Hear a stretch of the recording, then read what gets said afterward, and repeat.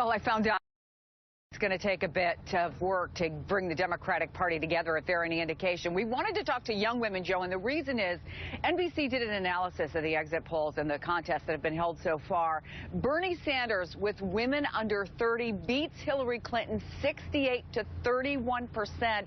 Voters she's going to need if she's going to beat Donald Trump in the general election. For them, their lives are at stake. That's how they put it to me. They have college loans. They're starting young families. So the makeup of this group we talked to, 2 Bernie Sanders supporters, 2 Hillary Clinton supporters, and we're going to start with the one undecided voter. She is a veteran of the Air Force, served her country for 6 years, now works for veterans. And a lot of the passion in this conversation came when we talked about the Inspector General's report on Hillary Clinton and the email server. So let's start with that undecided voter. Take a listen. I take national security really seriously, and you know, the idea that she would have a private email server, it demonstrates someone who thinks that they're outside of the rules and, you know, not accountable, and it's reckless.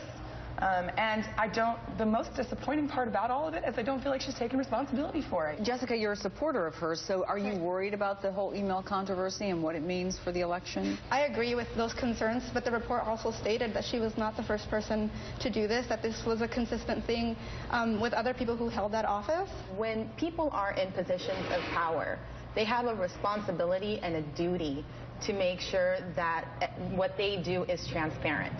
And the entire problem with this email server issue is that she's not being transparent. And you don't think even now? No, what she said about it. No, it's totally, you know, when someone doesn't abide by the rules, they are not being transparent. And the rules are there for a reason. And yet she is being held accountable. Maybe it's the political climate that we're in, but she should be held accountable. Right. I think she's being criminalized versus being held accountable, and there's a difference.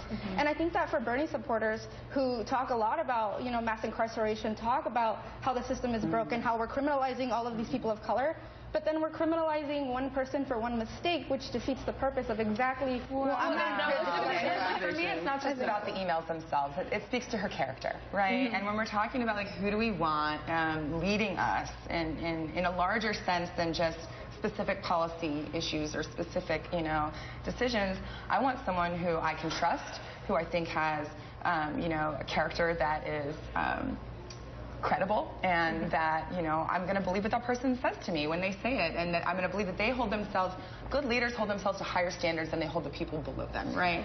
And she's just not doing that. She's above the rules, you know, and that's a problem. Well, the great irony of the email exchange